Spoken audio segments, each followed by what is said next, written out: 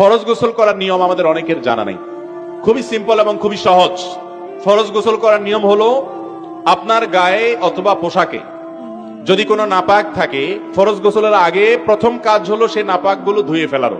এরপর গোসল শুরু করার একবারে প্রথম কাজ হলো, অজু করার সময় আমরা যেভাবে অজু করি হুবহু অজু দিয়ে গোসল করতে হবে। অজু দিয়ে গোসল শুরু করতে হবে।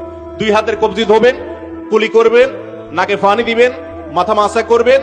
এরপর আপনার 2 হাতের কবজি মাথা মাসে সব হয়ে যাওয়ার পরে আপনি গোসল করবেন। মাথার উপরে পানি, কাঁধের উপরে পানি ঢেলে গোসল করার পর টয়লেট থেকে বের হওয়ার সময় অথবা পুকুর থেকে উঠার সময় আপনি 2 পা টাকনো পর্যন্ত, গিরা পর্যন্ত ধুয়ে ফেলবেন।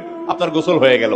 যদি কেউ এইভাবে গোসল করেন তার ফরজ গোসল হয়ে যাবে। তবে ওই যে ফরজ গোসলের জন্য কুলিটা ভালো করে করতে হবে, গড়গড়া করে নাকে পানি দিতে হবে, যাতে করে নাকের এই নরম অংশ পর্যন্ত পানি পৌঁছে যায়। বাস এই কাজগুলো যদি করেন আপনার গোসল, ফরজ গোসল হয়ে যাবে।